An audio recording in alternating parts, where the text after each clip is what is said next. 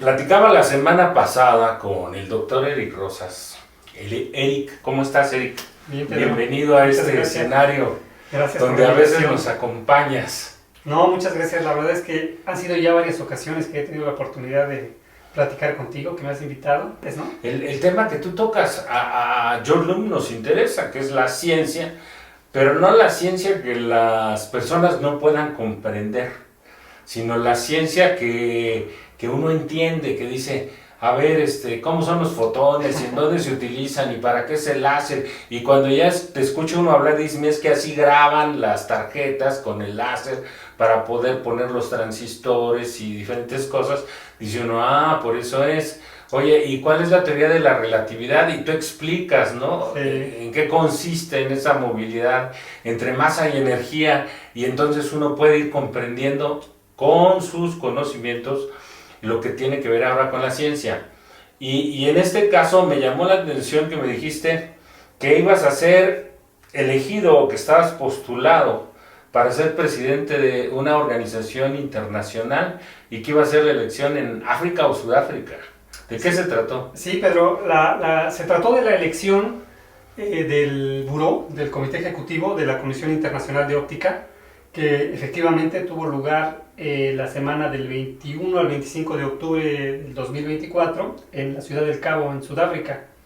Entonces, la Comisión Internacional de Óptica es una asociación internacional que precisamente está enfocada pues, a atender todas estas tecnologías, ciencia y tecnologías relacionadas con la luz, porque la etimología de hecho lo dice óptica, ICA, es técnica, son aplicaciones de la ciencia, y está conformada por 60 comités territoriales y 7 asociaciones internacionales regionales de Norteamérica, de América Latina, de Europa, de Asia, de Oceanía y obviamente de África.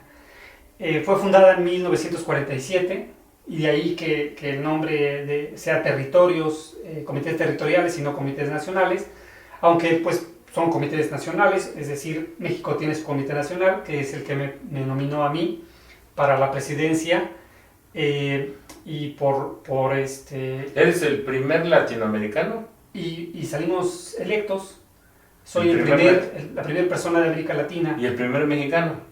Y obviamente el primer mexicano. Y hablas de 1947, ahorita diste esa fecha. ¿A poco ya existía el láser en esa época? No, bueno. La óptica venía de los microscopios, claro, y las lentes, ¿no? ¿Qué tiene que ver con el láser? La óptica es muy vieja. La óptica, el primer registro que se tiene, el primer documento que se tiene de un tratado de óptica es obviamente un tratado árabe.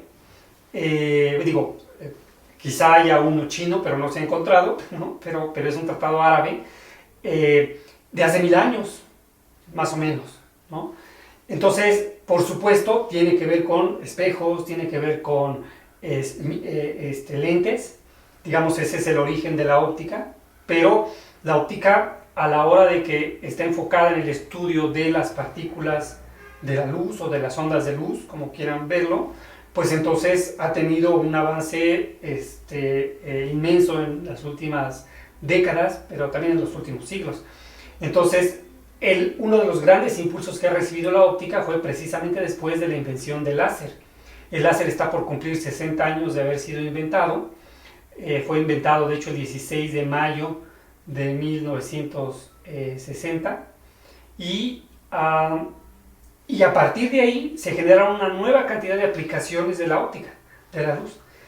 Todas las aplicaciones modernas que tenemos ahora, que no tienen que ver ya necesariamente o exclusivamente con formación de imágenes, como pueden ser las lentes o los espejos, pues también es óptica, ¿verdad? Entonces, por ejemplo, una de las aplicaciones más importantes de los láseres, que son, yo les digo, refinerías de luz, porque te entregan haces de luz del mismo color, con el mismo paso, con la misma frecuencia, se llama coherencia, y altamente direccionados, o sea, todos van exactamente hacia el mismo lado, por eso se llama a veces rayo láser.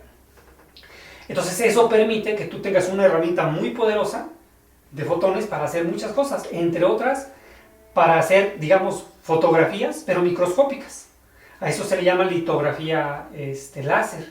por ejemplo, ¿no? O sea, puedes grabar a partir de una máscara, de una pantalla, los circuitos electrónicos y entonces hacerlos del tamaño de los fotones. Por eso es, Pedro, que para quienes tenemos más o menos esta edad, recordaremos que los primeros teléfonos celulares, los primeros teléfonos móviles, eran muy grandes. Los ladrillotes con los que te mataban. Exactamente.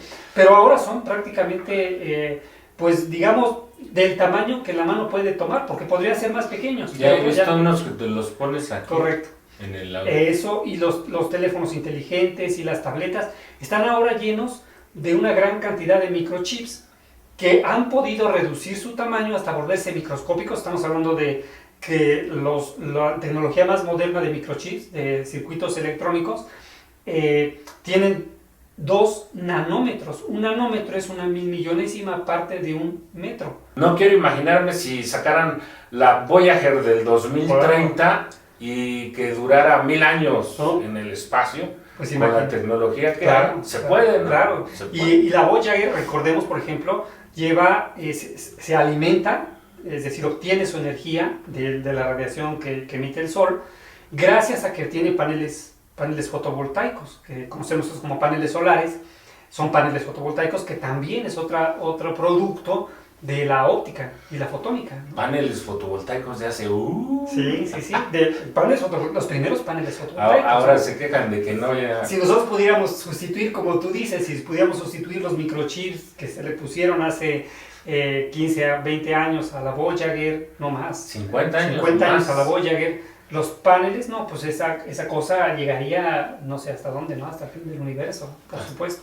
Ahí. ¿Y cuál será el fin del universo? Si es un universo... Esa es precisamente una de las grandes preguntas de la ciencia, abiertas, por supuesto, y para la que se lanzan naves, instrumentos cada vez más sofisticados. Otra vez gracias a los avances tecnológicos con los que vamos contando día con día. Por ejemplo, el Hubble, que fue el telescopio espacial Hubble, que fue lanzado en la década de los 90, comparado con el James Webb, el telescopio espacial James Webb, que fue lanzado hace un par de años, 3 años, tienen también tecnologías igual que la Voyager y lo que tenemos ahora, ¿no? Igual que lo que estamos hablando ahora, con décadas de diferencia.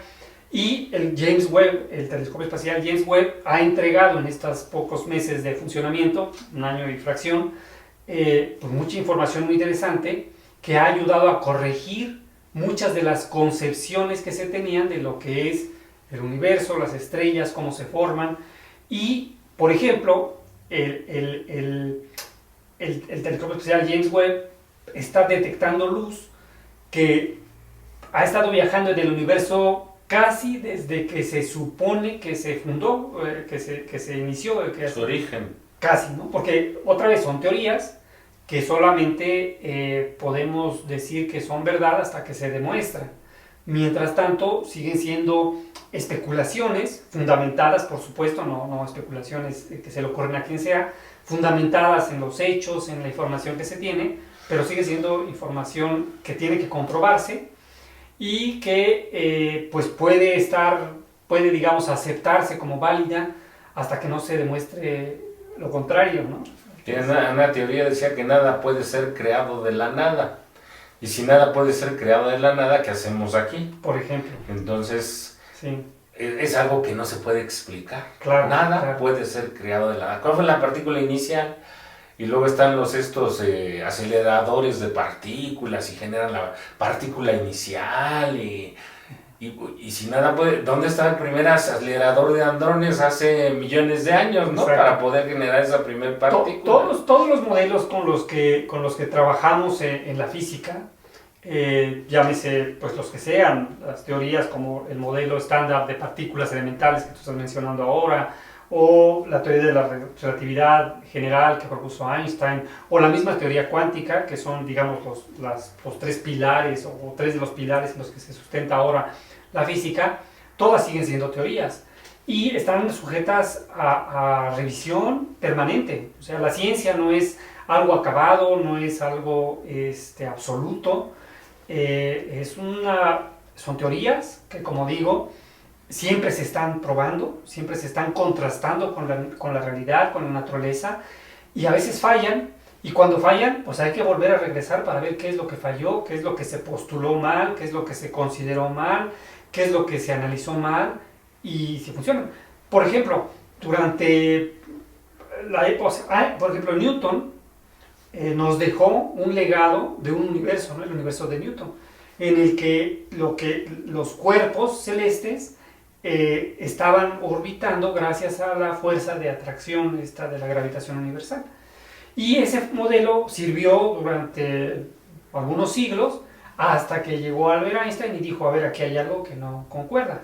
Y entonces propuso una revisión a la teoría de Newton y derivó en la teoría de la relatividad general, en donde lo que antes se suponía que era una fuerza, que es lo que nosotros conocemos como la fuerza de gravedad, resultó que no era una fuerza, sino que era una propiedad del espacio-tiempo, o sea, del tejido universal del espacio-tiempo, que se puede entender como una curvatura, como unos pliegues, y que entonces eso hace que los cuerpos orbiten de cierta forma.